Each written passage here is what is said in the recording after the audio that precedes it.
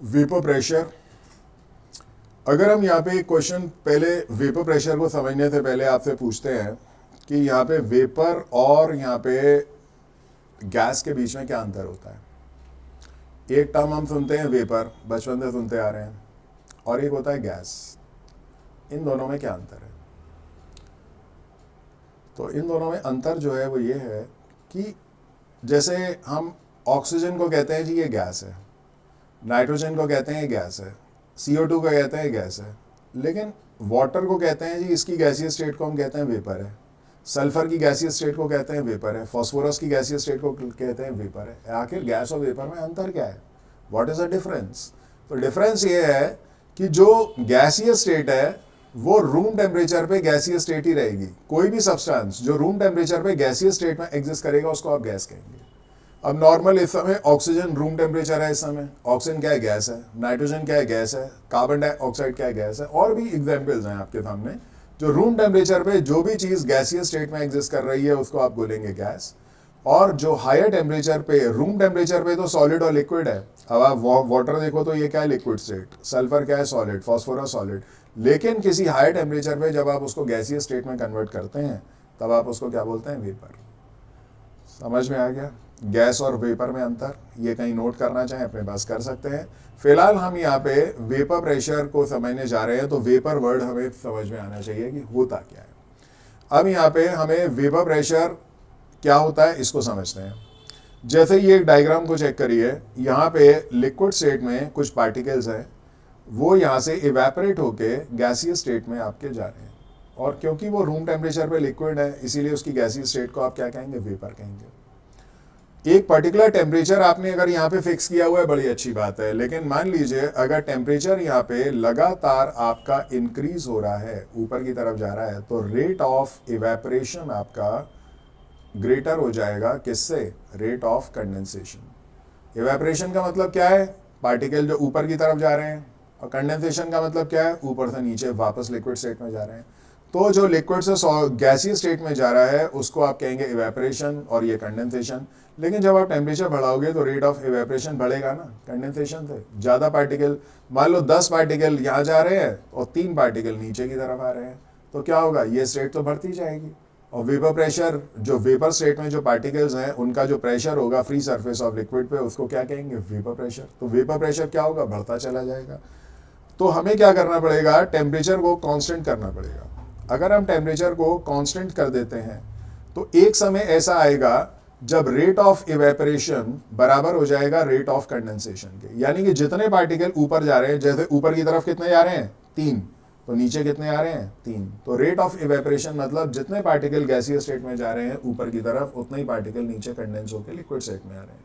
तो आप कहेंगे रेट ऑफ इवेपोरेशन बराबर किसके? रेट ऑफ कंडेंसेशन के। उस केस में नंबर ऑफ पार्टिकल जो वेपर फेज में है वो क्या हो गए? फिक्स हो गए उस पर्टिकुलर टेम्परेचर पे। तो ये नंबर ऑफ पार्टिकल, जैसे मान लो टेम्परेचर है 25 डिग्री सेंटीग्रेड और यहाँ पार्टिकल है कितने? 25 ही मान लो, लेकिन आपने टेम्परेचर बढ़ाया 30 कर दिया तो नंबर ऑफ पार्टिकल्स बढ़ गए, अब वो 30 हो गए, ऐसे मान लेते हैं। तो टेम्परेचर के साथ नंबर ऑफ पार्टिकल बढ़ेंगे तो प्रेशर तो बढ़ेगा ना। तो हमने क्या किया? टेम्परेचर को कांस्टेंट कर दिया, टेम्परेचर को बढ़ाया नहीं। तो टेम्परेचर जब नहीं बढ़ाया तो रेट ऑफ इवेपोरेशन और कंडेंसेशन बराबर हो गया। जितने पार्टिकल ऊपर जा रहे थे उतने नीचे आ रहे थे। इससे फायदा क्या हुआ? वेपर फेज में नंबर ऑफ पार्टिकल फिक्स हो गए। अब उसका जो प्रेशर है एक पर्टिकुलर टेम्परेचर पे, उस प्रेशर को हम क्या नाम देंगे? Vapour pressure. अगर मैं इस डेफिनेशन को ऐसे बोलूं, the pressure exerted bye vapour at the pressure exerted bye vapour is called vapour pressure, तो ये गलत हो जाएगी डेफिनेशन। क्यों? क्योंकि दो कंडीशन बताना जरूरी है। पहली चीज, वेपर्स जो है, जो प्रेशर एक्सर्ट कर रहे हैं वो इक्विलिब्रियम में होने चाहिए लिक्विड के साथ, वरना वेपर स्टेट कभी फिक्स होगी नहीं। और दूसरा, आपका टेम्परेचर कांस्टेंट होना चाहिए। तो ये दो वर्ड बड़े इंपॉर्टेंट हैं। The pressure exerted by vapours in equilibrium with liquid at a given temperature is called vapour pressure. मान लो डेफिनेशन नहीं आई तो आपसे एक ऑब्जेक्टिव ये क्वेश्चन बना सकते हैं, what are the condition under which the vapour pressure remains constant. तो ये दो कंडीशंस हैं, क्या? इक्विलिब्रियम और दूसरा टेम्परेचर। समझ में आ गया? सेकंड हम आते हैं यहाँ पे एक कंसेप्ट पे, जो फैक्टर्स हैं जो वेपर प्रेशर को यहाँ पे अफेक्ट करते हैं। उसमें पहला कंसेप्ट है nature of liquid. Nature of liquid से क्या मतलब है? जैसे ये लिक्विड स्टेट है, तो लिक्विड स्टेट में जो पार्टिकल्स होते हैं इनके बीच में क्या होती है, फोर्स होती है, जिसको हम क्या बोलते हैं, मॉलिक्यूलर फोर्स। और मॉलिक्यूलर फोर्स जो है वो आपकी दो तरीके की होती है। अगर हम यहाँ पे मॉलिक्यूलर फोर्स को डिवाइड करें, इंटर मॉलिक्यूलर फोर्स भी आप कह सकते हैं इसको, IMF, तो ये दो तरीके की आपने पढ़ी है। नंबर पहला आपने पढ़ा है क्या, हाइड्रोजन बॉन्डिंग, और दूसरा आपने पढ़ा है वैन डर वाल्स फोर्स। तो वैन डर वाल्स फोर्स और ये जो है, ये आपकी दो फोर्सेज हैं जो मॉलिक्यूल्स के बीच में काम करती हैं। ये दो मॉलिक्यूल मैंने बना रखे हैं, इनके बीच में जो फोर्स यहाँ पे काम कर रही है उसका नाम है IMF, इंटर मॉलिक्यूलर फोर्स, और वो ये दो तरीके की हो सकती है। अब यहाँ पे कहा गया है इस कंसेप्ट में कि जो IMF है वो किसके डायरेक्टली प्रोपोर्शनल है, inter molecular force boiling point के। पहले तो इस बात को समझे। Now what is boiling point? ये वो टेम्परेचर होता है जिसमें कि लिक्विड जो है वेपर स्टेट में जाता है, बॉइलिंग शुरू होती है, लिक्विड स्टेट को छोड़ के वेपर स्टेट में जाता है। तो उसको करना है क्या है, अब पार्टिकल्स के बीच में जो फोर्स है इंटरमॉलिक्यूलर फोर्स, अगर ये टूट जाएगी तो ये पार्टिकल फ्रीली कहीं पे भी जा सकते हैं गैसीय स्टेट में। तो बॉइलिंग पॉइंट वो टेम्परेचर है जिसमें कि ये फोर्स कम हो जाती है, टूट जाती है, जिससे पार्टिकल्स फ्रीली आपका वेपर स्टेट में चले जाते हैं। अब जितना ज्यादा, अगर मैं आपसे पूछूं कि बॉइलिंग पॉइंट और IMF कैसे रिलेटेड है, जितना ज्यादा बॉइलिंग पॉइंट उतना ज्यादा IMF। अब मान लीजिए 3 लिक्विड्स लेते हैं, यहाँ पे पानी 100 डिग्री सेंटीग्रेड बॉइलिंग पॉइंट है, इथाइल अल्कोहल का 78 है, और यहाँ पे ईथर का कितना है आपका 35 डिग्री सेंटीग्रेड।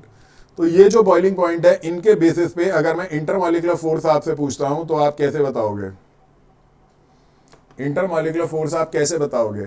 जिसका बॉइलिंग पॉइंट ज्यादा उसकी इंटरमॉलिक्यूलर फोर्स ज्यादा, यानी कि पानी के मॉलिक्यूल्स के फोर्स के बीच की जो फोर्स है वो सबसे ज्यादा है, इसीलिए ये पार्टिकल 100 डिग्री पे जाके ये इनकी फोर्स से टूटेगी और ये वेपर स्टेट में जाएंगे। ऐसे ही इथेनॉल के उसके बाद नेक्स्ट नंबर पे IMF है, और सबसे कम किसका है, इसका। तो वेपर स्टेट में वही सब्सटेंस ज्यादा मिलेगा जिसका बॉइलिंग पॉइंट आपका कम है, क्योंकि वो आसानी से वो फोर्स वीक होगी, जल्दी टूट जाएगी और पार्टिकल्स कहाँ चले जाएंगे, वेपर स्टेट में। क्लियर है ये बात, समझ में आ रही है? तो यहाँ पे आप देख सकते हैं कि वाटर जो है इसका आपका बॉइलिंग पॉइंट सबसे ज्यादा है, तो IMF के ऑर्डर में अरेंज करना हो तो वाटर सेम ऑर्डर आपका रहेगा जो बॉइलिंग पॉइंट का ऑर्डर है। लेकिन अगर आपसे ये पूछा जाए कि वेपर प्रेशर किसका ज्यादा होगा, तो बॉइलिंग पॉइंट के इनवर्सली प्रोपोर्शनल है। सबसे ज्यादा वेपर स्टेट में क्या मिलेगा, जिसका बॉइलिंग पॉइंट कम है उसकी फोर्स कम है, जल्दी टूट जाएगी, जल्दी वो वेपर स्टेट में चले जाएंगे जब आप हीटिंग करना शुरू करेंगे। तो इस तरीके से वेपर प्रेशर बॉइलिंग पॉइंट के ठीक उल्टा हो जाएगा, सबसे ज्यादा होगा ईथर का, उसके बाद होगा अल्कोहल का, और फिर होगा वाटर का। क्या ये बात समझ में आ रही है? इसी क्वेश्चन को माना कि बोर्ड लेवल पे ये 3 लिक्विड ज्यादा चलते हैं, लेकिन कॉम्पिटिशन्स में इसी तरीके के और भी एग्जाम्पल्स आपको बॉइलिंग पॉइंट के साथ क्रिएट किए कर सकते हैं। ठीक है, आपको ABC 3 लिक्विड दिए, उनके बॉइलिंग पॉइंट बता दिए, और आपसे कहा जी इंक्रीजिंग ऑर्डर ऑफ IMF, या फिर आप इसे increasing order of vapour pressure में अरेंज करें तो आप उसको कर सकते हैं। तो इंक्रीजिंग या डिक्रीजिंग ऑर्डर का ये बताते हैं। और दूसरा यहाँ पे ग्राफिकल क्वेश्चन आया, यहाँ पे वेपर प्रेशर और टेम्परेचर के बीच में यहाँ पे 3 ग्राफ आप जो देख रहे हैं, इनको ये नाम नहीं लिखे थे, उन्होंने ये लिक्विड बताए थे कि वाटर का बॉइलिंग पॉइंट इतना है, इसका इतना है, इसका इतना है, और या यहाँ पे ABC आप मान लो। अगर हम नाम नहीं मानते तो हम ABC मान लेते हैं कि ये A लिक्विड है, ये B लिक्विड है, ये C, और यहाँ पे आपको मार्क करना था कि A कौन सा होगा, B कौन सा होगा, C कौन सा होगा। और मान लो अगर मैं यहाँ पे ABC में यहाँ लिख देता हूँ, फिर मैं आपसे पूछता हूँ बताओ A यहाँ पे कौन सा लिक्विड होगा, B कौन सा होगा, C कौन सा होगा। समझ रहे हो? इसकी जगह ABC लिखा हुआ, और आपको इनमें से आइडेंटिफाई करना है कि A कौन सा है, B कौन सा है, C कौन सा है। तो कैसे आइडेंटिफाई करेंगे? अब ये देखिए, वाटर का जो वेपर प्रेशर है वो लोएस्ट है। इस ग्राफ में वाटर का वेपर प्रेशर क्या है, लोएस्ट है, और हाईएस्ट किसका है, ईथर का। यहाँ पे तो आप देख सकते हैं हाईएस्ट वेपर प्रेशर किसका है, ईथर का। तो मैं इसको नाम दूंगा, अगर ये मेरे पास ABC है तो मैं इसको नाम दूंगा C, इसको नाम दूंगा B, और इसको नाम दूंगा A। समझ में आ गया? ये दोनों क्वेश्चंस आपके बोर्ड में आए हुए हैं। ठीक है, तो मैं साथ साथ ही आपका डिस्कस करता जा रहा हूं कि यहाँ पे कौन से क्वेश्चंस आपके आए हुए हैं। क्लियर है? अब इसके बाद आपका आता है नेक्स्ट टेम्परेचर। तो पहला फैक्टर क्लियर है आप लोगों को, कोई दिक्कत तो नहीं है? अब आ जाइए टेम्परेचर पे। टेम्परेचर में आपसे कहा है vapour pressure is directly proportional to temperature. तो टेम्परेचर के ये डायरेक्टली प्रोपोर्शनल है वेपर प्रेशर। तो यहाँ पे आप इसको पहले डायग्राम को देखो, इस डायग्राम में आपको टेम्परेचर यहाँ पे लगातार इंक्रीज हो रहा है। टेम्परेचर यहाँ पे कम है, यहाँ पे मॉडरेट है, हल्का गर्म हो गया है, और यहाँ पे बहुत तेज टेम्परेचर कर दिया है। तो इधर अगर आप देखो तो यहाँ पे सॉल्यूशन जो है कम इवेपोरेट हो रहा है, रेट ऑफ इवेपोरेशन कम है लो टेम्परेचर पे। यहाँ पे क्या हुआ, टेम्परेचर थोड़ा बढ़ गया तो क्या हुआ, काइनेटिक एनर्जी बढ़ गई पार्टिकल्स की, ज़्यादा पार्टिकल जाएंगे तो सरफेस से, और कहीं से तो जा ही नहीं सकते, लेकिन नंबर ऑफ पार्टिकल बढ़ गए। और जब आपने रेड आउट कर दिया तो यहाँ पे टेम्परेचर और ज़्यादा बढ़ने की वजह से नंबर ऑफ पार्टिकल बढ़ गए। तो वेपर प्रेशर हाईएस्ट किस में होगा, ये पहला है, ये दूसरा, तीसरा, तीसरे में होगा या पहले में होगा, तीसरे में होगा, दिख रहा है साफ, नंबर ऑफ पार्टिकल बढ़ गए हैं। तो रेट ऑफ इवेपोरेशन यहाँ पे बढ़ रहा है, इस वजह से यहाँ पे क्या हो रहा है, number of particle vapour phase में बढ़ रहे हैं, इसीलिए वेपर प्रेशर बढ़ रहा है। तो हम यहाँ पे कहेंगे vapour pressure is directly proportional to temperature. एक रीजनिंग का क्वेश्चन आता है, explain why vapour pressure increases on increasing temperature. आखिर वेपर प्रेशर टेम्परेचर साथ बढ़ता क्यों है, इसका जवाब मैंने 4 लाइन में यहाँ लिखा हुआ है, और यही चीज आपको यहाँ पे लिखनी है। रीजनिंग के क्वेश्चंस आते हैं और एसेशन रीजनिंग भी इन्हीं में से बनती है, तो इसलिए इसको समझ के अच्छे से बाद में लिख लेंगे। तो on increasing temperature rate of evaporation exceeds rate of condensation. जब आप टेम्परेचर बढ़ाओगे तो रेट ऑफ इवेपोरेशन बढ़ेगा और रेट ऑफ कंडेंसेशन क्या हो जाएगा, कम आ जाएगा। As the result of which the vapour phase become richer in more volatile component, hence vapour pressure increases. तो यहाँ पे आपको ये समझ में आ गया कि जैसे जैसे आप टेम्परेचर बढ़ाओगे रेट ऑफ इवेपोरेशन बढ़ेगा, रेट ऑफ कंडेंसेशन से ज्यादा हो जाएगा, जिसकी वजह से vapour phase become richer in more volatile component. जो वॉलेटाइल कंपोनेंट है वो यहाँ पे क्या होगा, बढ़ जाने वाला है, हैंस वेपर प्रेशर आपका क्या होगा, इंक्रीज होगा। क्या ये बात समझ में आ गई है? अब अगर वेपर प्रेशर और टेम्परेचर को क्वांटिटेटिवली कैसे हम इंटरलेट करेंगे, तो उसके लिए क्लासियस क्लैपेरॉन इक्वेशन। अभी तक हमारे कोर्स में से रिलेशनशिप है, इस पे कोई क्वेश्चंस नहीं आए, लेकिन क्वेश्चन आए भी तो भी हम आपको बता देते हैं कि कैसे सॉल्व होने हैं। देखिए P1 और P2 क्या है, वेपर प्रेशर है at temperature T1 and T2। Clear है? तो यहाँ पे वेपर प्रेशर P1 और P2 एट टेम्परेचर T1 और T2 है। तो ये चीजें आपको क्लियर हो गई हैं। R क्या है, गैस कांस्टेंट है, and what is delta H, enthalpy of vaporisation. Now what do you mean by enthalpy of vaporisation? Enthalpy of vaporisation का मतलब है एक मोल आपके पास अगर कोई लिक्विड है, उसको लिक्विड से वेपर स्टेट में कन्वर्ट करने के लिए जो एनर्जी आपको बाहर से प्रोवाइड करनी है, that is called as enthalpy of vaporisation. ध्यान रखना, 1 मोल, ओनली 1 मोल। तो यहाँ पे ये रिलेशनशिप अगर आपसे कहा जाए जी वेपर प्रेशर और टेम्परेचर के बीच में क्वांटिटेटिव रिलेशनशिप क्या है, तो आप इसको लिखेंगे। ठीक है, अगर इसमें कैलकुलेशन आती है तो देखिए इसकी वैल्यूज आपको बताई जाएंगी, टेम्परेचर केल्विन में लेना है। आर की और डेल्टा एच की वैल्यू को आप क्या लेंगे, बस वो समझ लीजिए। ज्यादातर ये चलेगा, अगर आपको ये जूल्स में दिया गया है या निकालना है तो आर की वैल्यू आपको क्या लेनी है, 8.314, बस इतना याद रखो। बाकी और भी आप याद रख सकते हैं, वैसे ये बहुत रेयर हैं चांसेस पूछने के। लीटर एटमॉस्फेयर में अगर डेल्टा एच की वैल्यू दी है तो आपको क्या लेना है, आर की वैल्यू 0.0821। कैलोरी में अगर यहाँ पे दिया है यूनिट तो आपको क्या लेना है, 2 लेना है, और अर्क में दिया है तो 8.314 इंटू 10⁻7 आपको लेना है। तो टेम्परेचर वाला फैक्टर क्लियर है। अब आ जाइए थर्ड फैक्टर पे, जिसका नाम है सरफेस एरिया। तो सरफेस एरिया में greater the surface area higher will be the rate of evaporation, hence greater will be the vapour pressure. इसको ऐसे समझिए, यहाँ पे ये 2 लिक्विड्स हैं, दोनों वाटर हैं, दोनों के अंदर यहाँ पे टेम्परेचर भी आपका 25 डिग्री सेंटीग्रेड है, वेपर प्रेशर ऊपर जो है वो भी आपका यहाँ पे जो निकला है वो आपका सेम निकलेगा या नहीं निकलेगा, ये अब आपको बताना है। ये आप इसका प्रेशर यहाँ पे मान सकते हैं, लेकिन यहाँ पे वेपर प्रेशर क्या ये सेम निकल के आएगा? मेरे हिसाब से तो नहीं आएगा, क्योंकि सरफेस एरिया यहाँ ज़्यादा है और यहाँ पे कम है। अमाउंट क्वांटिटी कुछ भी हो, लेकिन वेपर प्रेशर जो होगा इसका ज्यादा होगा, इसका कम होगा। तो greater the surface area more will be the vapour pressure. ये इस एग्जांपल से यहाँ पे आप समझ सकते हैं।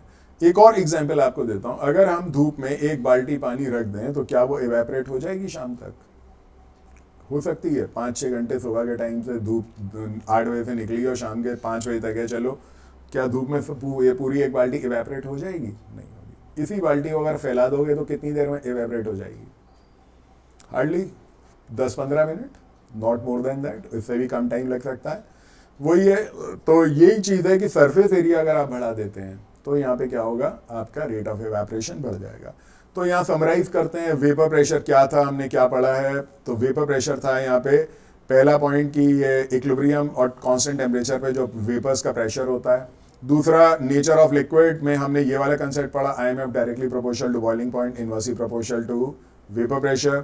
दूसरा हमने टेम्परेचर में ये पढ़ा, vapour pressure directly proportional to temperature और ये क्लासियस क्लैपेरॉन इक्वेशन। और तीसरा हमने पढ़ा यहाँ पे सरफेस एरिया के डायरेक्टली प्रोपोर्शनल है। वेपर प्रेशर क्या होता है ये समझ में आ गया, कौन कौन से फैक्टर्स इसको अफेक्ट करते हैं ये भी समझ में आ गया। लेकिन अब इसे नापे कैसे, इसे क्वांटिटेटिवली कैसे मेजर करें। हमने क्वालिटेटिवली तो सीख लिया कौन कौन से फैक्टर्स इस पे अफेक्टेड है, होता क्या है। क्वांटिटेटिव इसको मेजर करने का हमें तरीका सिखाया किसने, राउट्स ने। राउट्स ने वेपर प्रेशर को मेजर करने के लिए जब वो लैब में गए तो उन्होंने प्योर सॉल्वेंट या सॉल्यूशन का वेपर प्रेशर एक्सपेरिमेंटली मेजर करने के लिए एक डिवाइस यूज किया, मैनोमीटर। दो तरह के डिवाइस होते हैं जिनसे आप प्रेशर मेजर करते हैं, एक होता है बैरोमीटर और एक होता है मैनोमीटर। बैरोमीटर से मिक्सचर ऑफ गैसेस का प्रेशर आप नाप सकते हैं, लेकिन मैनोमीटर से आप एक सिंपल प्योर लिक्विड के वेपर स्टेट का प्रेशर आप नाप सकते हैं। तो प्योर गैस का प्रेशर आपको नापना है या प्योर वेपर का प्रेशर नापना है तो आप मैनोमीटर यूज करते हैं। हालांकि मैनोमीटर ऐसा नहीं कि गैसीय स्टेट में यूज होता है, ये लिक्विड के प्रेशर को भी नापते हैं। जैसे ब्लड प्रेशर को किससे मेजर किया जाता है, डिवाइस का नाम है स्फिग्मोमैनोमीटर, तो वो भी मैनोमीटर है। तो फ्लूइड्स जो होते हैं यानी कि गैस और लिक्विड, उन दोनों के प्रेशर मैनोमीटर से नापते हैं। तो वेपर प्रेशर राउट्स ने किससे नापा, मैनोमीटर से। अब मैनोमीटर से नापने के लिए राउट्स ने जब कैलकुलेट करने के लिए फॉर्मूला बनाया तो उन्होंने दो एक्सपेरिमेंट किए। पहला एक्सपेरिमेंट जो उनका था वो ये था कि यहाँ पे एक उन्होंने प्योर सॉल्वेंट लिया और एक सॉल्यूशन लिया। प्योर सॉल्वेंट का वेपर प्रेशर उन्होंने एक सर्टेन टेम्परेचर फिक्स किया, से कोई भी होगा उस समय 35-40 डिग्री सेंटीग्रेड जो भी टेम्परेचर था उस पर फिक्स किया, और यहाँ उसका वेपर प्रेशर मैनोमीटर का डिवाइस लगा के उन्होंने नाप लिया। ठीक है, ये प्रेशर कैसे नापते हैं ये आप यहाँ पे देख सकते हैं, इस तरह के मेम्ब्रेन्स लगा के हम प्रेशर यहाँ पे नाप सकते हैं। तो यहाँ पे प्योर सॉल्वेंट जो है इसका प्रेशर उन्होंने नाप लिया, इसी डायग्राम से समझ लीजिए। प्योर वाटर है, इसका उन्होंने एक प्रेशर नापा और इसके अंदर उन्होंने एक सॉल्यूट डाला, जैसे यहाँ लिखा है NaCl, तो NaCl सॉल्यूट आपको यहाँ पे दिख रहा है। ये जब डाला तो प्रेशर क्या हो गया, कम हो गया। तो उन्होंने यही एक्सपेरिमेंट किया। यहाँ पे देखो तो सरफेस पे क्या है, सिर्फ पानी के पार्टिकल्स हैं अगर, या जो भी सॉल्वेंट आप ले रहे हैं। लेकिन यहाँ पे क्या है, उसके अंदर जब आपने सॉल्यूट ऐड किया तो ये डार्क पार्टिकल जो देख रहे हैं सॉल्यूट के हैं। जब सॉल्यूशन बनता है तो उसकी एक कैरेक्टरिस्टिक होती है, सबसे पहले दिन पढ़ाया था, होमोजेनस। होमोजेनस का मतलब आपने बताया था इक्वली डिस्ट्रीब्यूटेड। जब इक्वली डिस्ट्रीब्यूटेड होगा तो सरफेस पे भी तो इक्वल पार्टिकल्स होंगे, बराबर डिस्ट्रीब्यूटेड होगा पूरे सॉल्यूशन में।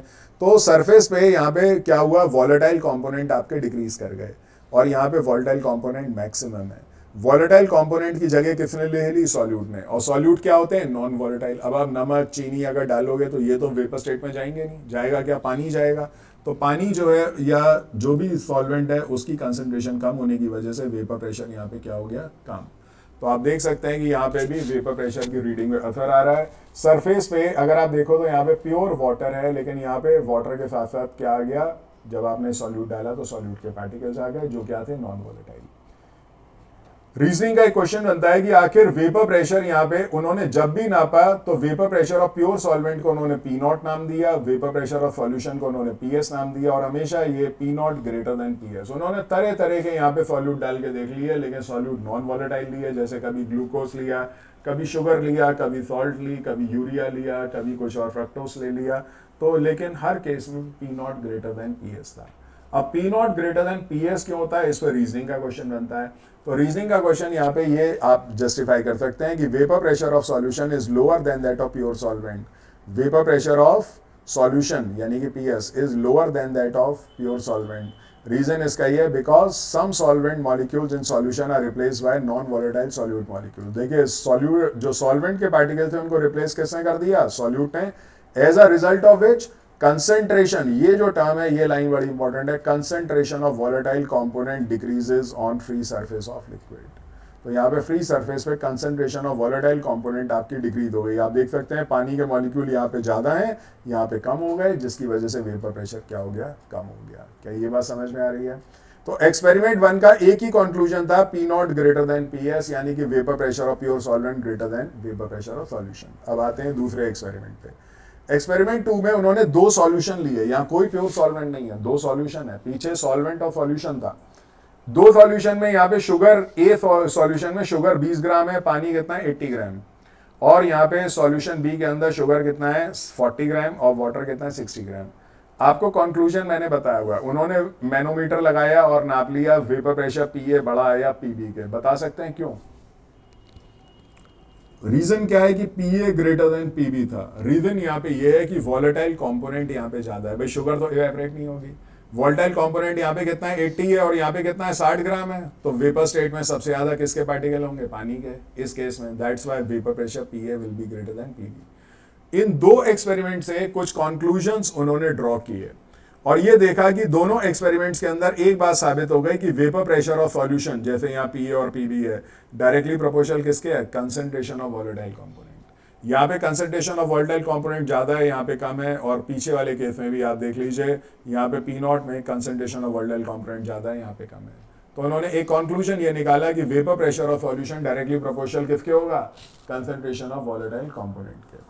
और यहाँ पे पीएस, अगर मैं वॉलेटाइल कंपोनेंट कह रहा हूं तो वो क्या चीज है? सॉल्यूट तो है नहीं, क्या है? सॉल्वेंट। तो मैं ये लिख सकता हूं कंसंट्रेशन ऑफ सॉल्वेंट के डायरेक्टली प्रोपोर्शनल है। और जब मैं कंसंट्रेशन की बात कर रहा हूं तो राउट्स ने यहाँ पे कंसंट्रेशन यूज की, मोल फ्रैक्शन, उन्होंने मोल फ्रैक्शन ऑफ सॉल्वेंट बोला। तो पीएस यानी कि vapour pressure of solution directly proportional to mole fraction of solvent. और मोल फ्रैक्शन ऑफ सॉल्वेंट जो है वो यहाँ पे आपने डायरेक्टली प्रोपोर्शनल इसके डाल दिया। हालांकि मोल फ्रैक्शन क्यों लिया होगा, उसकी एक वजह यह है कि टेम्परेचर के इंडिपेंडेंट है, और वेपर प्रेशर में हम टेम्परेचर को ऊपर नीचे कर ही रहे हैं, तो टेम्परेचर के इंडिपेंडेंट कंसंट्रेशन हमको चाहिए थी, उन्होंने यहाँ पे मोल फ्रैक्शन चूज की। प्रोपोर्शनलिटी का साइन हटाया, यहाँ पे क्या लगा दिया के। तो ये एक फॉर्मूला बनाया राउट्स ने जिसमें कि ये प्रोपोर्शनलिटी कांस्टेंट है, ये मोल फ्रैक्शन ऑफ सॉल्वेंट और वेपर प्रेशर ऑफ सॉल्यूशन आप यहाँ पे कैलकुलेट कर सकते हैं। पीछे तो हमने फैक्टर्स पढ़े, लेकिन कैलकुलेशन पार्ट किसने सिखाया? राउट्स ने। तो ये राउट्स लॉ की मेन डेरिवेशन था कि वेपर प्रेशर आप कैसे कैलकुलेट करेंगे। अब हमें नेचर ऑफ के पहचानना है। नेचर ऑफ के पहचानने के लिए हम इसको 1 मान लेते हैं, मोल फ्रैक्शन ऑफ सॉल्वेंट को 1 मान लेते हैं। तो अगर मैं मोल फ्रैक्शन ऑफ सॉल्वेंट को 1 मान लेता हूं तो पीएस बराबर किसके हो जाएगा? के। तो पीएस बराबर यहां पे किसके हो गया? के। तो above condition reflects that pure solvent is present. क्यों? क्योंकि अगर मोल फ्रैक्शन सॉल्वेंट का ही 1 है, तो हमने तो ये पढ़ा है ना, mole fraction of solute plus mole fraction of solvent is equal to 1। अगर मोल फ्रैक्शन ऑफ सॉल्वेंट ही 1 है तो इसका मतलब ये तो प्योर स्टेट हो गई। सॉल्यूट क्या हो गया? 0। दैट मीन्स कि प्योर सॉल्वेंट वहां पे प्रेजेंट है, और प्योर सॉल्वेंट अगर यहाँ पे प्रेजेंट है तो के बराबर पीएस तो हो ही नहीं सकता, ये तो पी नॉट के बराबर होना चाहिए, क्योंकि प्योर सॉल्वेंट का वेपर प्रेशर कितना होता है? P not. तो वहां पे उन्होंने क्या किया, इस के की जगह यहाँ पे क्या लिखना शुरू कर दिया? P not. और ये फाइनल यहाँ पे फॉर्मूला डिराइव हो गया। अगर आपको वेपर प्रेशर और सॉल्यूशन निकालना है तो आप उसका जो वॉलेटाइल कंपोनेंट है उसका मोल फ्रैक्शन लीजिए, मल्टीप्लाई कर दीजिए उसके प्योर स्टेट में जो सॉल्वेंट है उसके वेपर प्रेशर से। क्लियर है ये बात? अगर कभी भी राउट्स लॉ आपसे पूछा जाए for solution containing non volatile solute, जो आपने पढ़ा है ये ही है। यहां हम सॉल्यूट को नॉन वॉलेटाइल ही मान के चलते हैं। तो यहाँ पे अगर आपसे डिफाइन राउट्स लॉ कहें तो भी आपको यही डेफिनेशन लिखनी है, अगर आपको कहें define routes law for solution containing non volatile solute तो भी यही लिखनी है। ठीक है, राउट्स लॉ करीब 4-5 तरीके के आप पढ़ेंगे, इसीलिए डिफाइन राउट्स लॉ है तो यही डेफिनेशन आपको लिखनी है और कोई नहीं लिखनी है। अब इस डेफिनेशन को बनाया कैसे गया, इस फॉर्मूले को देख के पढ़ते हैं। The vapour pressure of a solution containing non volatile solute, तो वेपर प्रेशर ऑफ सॉल्यूशन ये रहा, containing non volatile solute eight a given temperature, क्योंकि टेम्परेचर एक फैक्टर है जो वेपर प्रेशर को अफेक्ट करता है तो ये लिखना पड़ेगा, is equal to the product of, किसके प्रोडक्ट के बराबर है ये? Mole fraction of volatile component in solution ये रहा, with multiplied with vapour pressure of pure that component in pure state. तो ये वेपर प्रेशर है किसमें? प्योर स्टेट में। तो सिर्फ इस डेफिनेशन मतलब इस फॉर्मूले को ही डिफाइन कर दिया गया है और कोई चीज नहीं लिखी है। नीचे हमने इसी फॉर्मूले को बता दिया है इसके अंदर, और ये इसके टर्म्स हैं जो ऑलरेडी आपने पढ़े हुए हैं। ठीक है, तो ये सारी चीजें आपको क्लियर है। नीचे जो भी लिखा है वो ऊपर हमने सारे मतलब आपको बता रखे हैं। तो अब तो ये हो गया कि नॉन वॉलेटाइल सॉल्यूट को कैसे डिफाइन करना है वो तो आ गया, लेकिन हमेशा क्या सॉल्यूट नॉन वॉलेटाइल ही रहेगा? कभी तो वॉलेटाइल सॉल्यूट हो सकता है। तो उस केस में मैंने यहाँ पे एक एग्जाम्पल दिया है, और ये सेकेंड लॉ आप पढ़ रहे हैं, routes law for solution containing volatile solute. ये जब पूरा बोला जाए ना तभी आपको ये डेफिनेशन लिखनी है। डेफिनेशन पे बाद में आते हैं, पहले समझते हैं। एक कंटेनर मैंने लिया है जिसमें 2 लिक्विड्स हैं, ए और बी। ए मैंने पानी लिया है और बी इथाइल अल्कोहल, ये कुछ भी हो सकता है। ए को बेंजीन, बी को टॉलिन मान लीजिए, ए को कुछ और आप ले सकते हैं, प्रोपानॉल, इथेनॉल ऐसे करके ले सकते हैं, कोई भी 2 लिक्विड। तो मैंने वाटर और इथेनॉल लिया है। यहाँ पे ए और बी जब है, अब ए भी इवेपोरेट हो सकता है और बी भी इवेपोरेट हो सकता है। तो पीछे वाले केस में तो यहाँ पे ये था कि आपके पास एक ही चीज वेपर फेज में जा सकती है, वो क्या है, पानी, क्योंकि ये नॉन वॉलेटाइल है। लेकिन जब दोनों चीजें वॉलेटाइल हैं तो दोनों वेपर स्टेट में जाएंगी। तो टोटल प्रेशर आप कैसे निकालोगे, इन दोनों का सम करना पड़ेगा। तो टोटल वेपर प्रेशर आपको निकालना पड़ेगा पीए प्लस पीबी करके। और अब पीए और पीबी कैलकुलेट कैसे करोगे, पीए का वही राउट्स लॉ जो पीछे पढ़ा था, P nought A into mole fraction of A, और यहाँ पे P B is equal to P nought B into mole fraction of B. क्या ये बात समझ में आ रही है? तो अब डेफिनेशन पे आ जाइए। द टोटल वेपर प्रेशर, यानी कि इसकी बात हो रही है, at a constant temperature is equal to the sum of partial pressure of each volatile component. अब कंपोनेंट 2 है तो 2 लेंगे, 3 है तो 3 लेंगे, इससे नीचे तो होंगे नहीं, 2 से 2 या उससे ग्रेटर देन होना है। अब वेपर प्रेशर अगर आप देखो तो किसके डायरेक्टली प्रोपोर्शनल है, mole fraction of volatile component के। तो अगर इसका ग्राफ बनाने को आ गया वेपर प्रेशर ऑफ सॉल्यूशन और मोल फ्रैक्शन ऑफ सॉल्वेंट के, तो ये क्या होगा, स्ट्रेट लाइन आएगी, और स्लोप किसके बराबर होगा, कांस्टेंट के, यानी कि पी नॉट के, vapour pressure of pure solvent के। क्या ये चीज क्लियर है? चलिए, ये लास्ट स्लाइड है, इसको और समझिए। देखिए यहाँ पे बात हो रही है relationship between mole fraction of volatile component in vapour phase as well as in solution. अब 2 तरह के मोल फ्रैक्शंस हो गए, कैसे? देखिए यहाँ पे क्या था, पीछे वाले सॉल्यूशंस में एक ही कंपोनेंट होता था वेपर फेज में, और वो क्या होता था, जो वॉलेटाइल है। लेकिन जब हमने इसकी बात शुरू की तो यहाँ पे 2 कंपोनेंट्स हो गए वेपर फेज में। सॉल्यूशन में तो 2 थे, इससे पहले भी थे। यहाँ पे देखो तो सॉल्यूशन में 2 फेज तो थे ही, 2 कंपोनेंट्स थे ही, लेकिन वेपर फेज में एक ही होता था। लेकिन इस वाले केस में सॉल्यूशन के अंदर भी 2 हैं और वेपर फेज में भी 2 हैं। तो आपको मोल फ्रैक्शन सॉल्यूशन के अंदर भी निकालना आना चाहिए और वेपर फेज के अंदर भी निकालना पूछा जा सकता है। तो मैं वेपर फेज में मोल फ्रैक्शन कैसे निकालते हैं वो मैं आपको सिखाऊंगा, क्योंकि ये तो आप राउट्स लॉ से कैलकुलेट कर लोगे।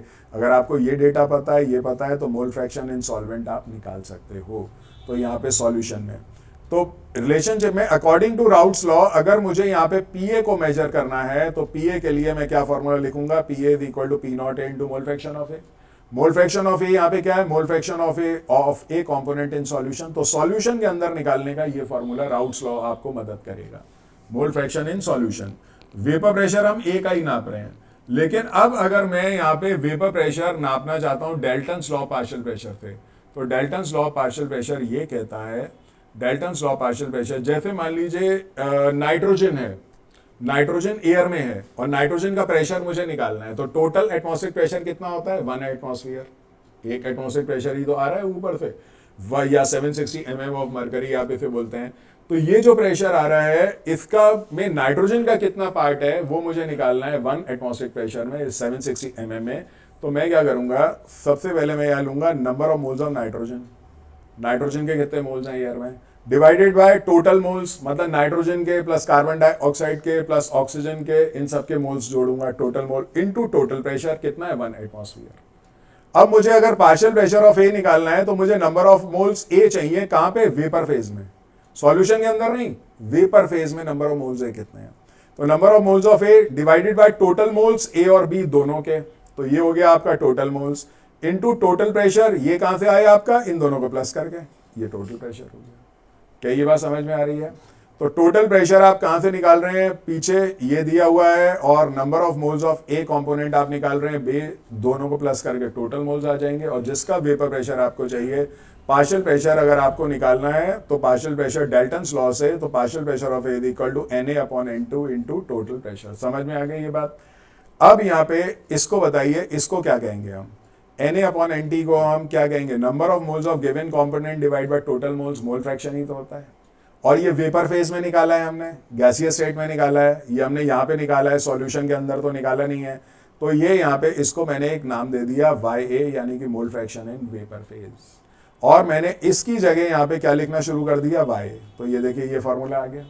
अब मेरी मर्जी है मैं partial pressure of A routes law से निकालूं या पार्शियल प्रेशर ऑफ ए मैं चाहूं तो डेल्टन लॉ पार्शियल प्रेशर से निकालूं। अगर मैं यहाँ पे मोल फ्रैक्शन निकालना चाहता हूं तो मुझे पीटी को कहाँ ले आना पड़ेगा, पीए के नीचे। तो YA है mole fraction in vapour phase of A component, ये हो जाएगा partial pressure of A divide by total pressure. यानी कि यहाँ पे आपने पार्शियल प्रेशर ऑफ ए निकाल लिया इस फॉर्मूले से और टोटल प्रेशर निकाल लिया, इन दोनों का रेशियो अगर आप ले लो तो आपको मोल फ्रैक्शन ऑफ ए मिल जाएगा। ऐसे बी का अगर चाहिए तो मोल फ्रैक्शन ऑफ बी में आपको partial pressure of B divide by total pressure करना पड़ेगा। पार्शियल प्रेशर ऑफ बी आप यहाँ से निकाल लेंगे, टोटल प्रेशर ये रहा। और अगर आप एक चीज निकाल चुके हैं तो दोनों का सम 1 होता है, आपको पता है, तो एक निकाल लो, दूसरा 1 में से माइनस कर लो। अब इनको इंटरलेट करते हैं, तो क्या mole fraction in vapour phase निकालना आ गया आपको? Partial pressure of given component divide by total pressure. अब यहां पे इसको इंटरलेट करना है, तो देखिए पीए बराबर पीए में रख सकता हूं। ये तरीका किसने सिखाया वेपर प्रेशर निकालने का? मान लो मुझे पीए निकालना है, डाल्टन सॉ से निकालना है, मैं ये फॉर्मूला लगाऊंगा। मुझे पार्शियल प्रेशर से निकालना है, मैं ये फॉर्मूला लगाऊंगा। तो मैं पीए बराबर पीए लिख दिया। पीए यहाँ पे क्या है? P nought A into mole fraction of A, ये लिख दिया, बराबर इसका क्या है? Y into P T. तो ये क्या है? मोल फ्रैक्शन इन सॉल्यूशन, और ये क्या है? Mole fraction in vapour phase. तो इन दोनों को आपने इंटरलेट कर दिया, तो ये दोनों इंटरलेशंस हैं जो यहाँ पे बताया, relationship between mole fraction of volatile component in vapour phase as well as in solution. क्या ये चीज क्लियर है?